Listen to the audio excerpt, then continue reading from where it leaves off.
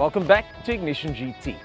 In a market brimming with Chinese options, BYD has carved out quite a niche for itself in a relatively short time. They've got really compact cars, they've got SUVs, and they've even got a bakkie in the South African lineup. But back in the homeland of China, BYD has got a massive footprint with a range of cars. Let's check some of those out.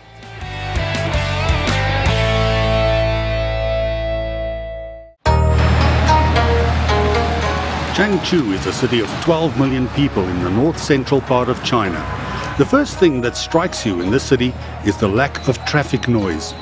That's because a very high percentage of vehicles manufactured and bought in China these days are electric vehicles or hybrids.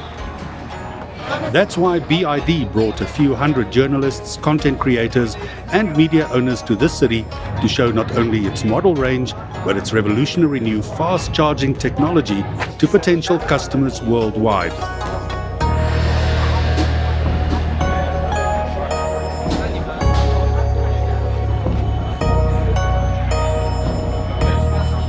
To date, about 4.7 million new electric vehicles are being sold by BYD, which places the company number one in that category in the world. BYD is the number one electric or NEV, new electric vehicle seller of cars in markets across the world.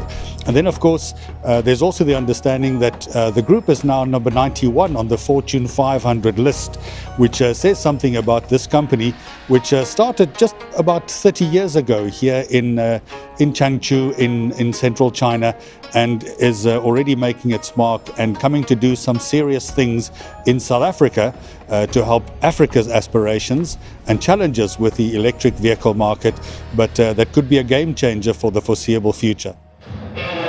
But showing off its latest state-of-the-art design, battery and EV technology always goes down better with the fastest car on earth on display. While the Yang Wang U9, which has clocked a speed of 496 kilometers per hour, was the star of the show, the focus for South Africans was whether the local market is ready for the new electric vehicle revolution sweeping the rest of the world. Well, firstly, I don't think South Africa is completely ready yet for this scale of EV adoption. We need more infrastructure.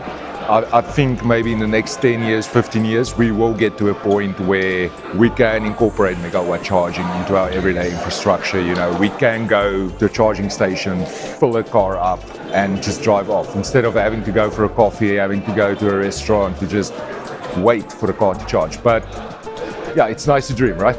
I think as Gen Z and as the younger generation, we're definitely much more open to newer technology and, you know, trying out new things. Like me personally, I get very excited to even see about the new like AI models and the things that they're incorporating in the new vehicles. So I think from like a Gen Z point of view, they're definitely very open to it. We have brought a lot of our new energy vehicles, but we have entered the country with a lot of the EV cars. But for the upcoming year, that we're definitely going to introduce more plug-in hybrid cars because South Africans are more acceptable with plug-in hybrid, and it's a slower step forward that we think we should make. I think definitely South Africa is not left behind. We will try to push a lot of brands to come into the country, especially our luxury brand. So let's see how the market reacts. I mean, they're already penetrated the South African markets. We have the BYD Dolphin Surf.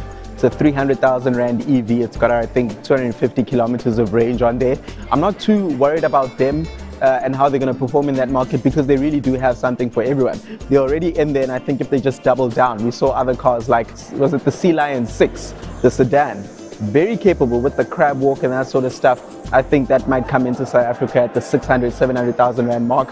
And again, you know, from there you have the Dolphin Surf, which is low at the 300,000 Rand mark. If you go further up, they have cars like the Shark, which is just under R1 million, and looks like they're catering for everyone. While it's clear BYD has major plans for South Africa, most visitors to the factory and the D-Space Museum came to see the uniqueness of BYD models, like the U8 luxury SUV charging up a dune.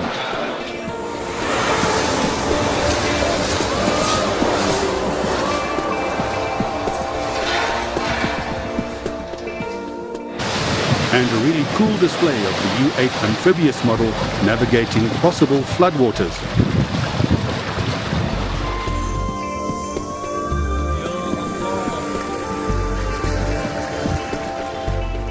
From Changchu in central China, I'm Gary Alfonso for Ignition GT.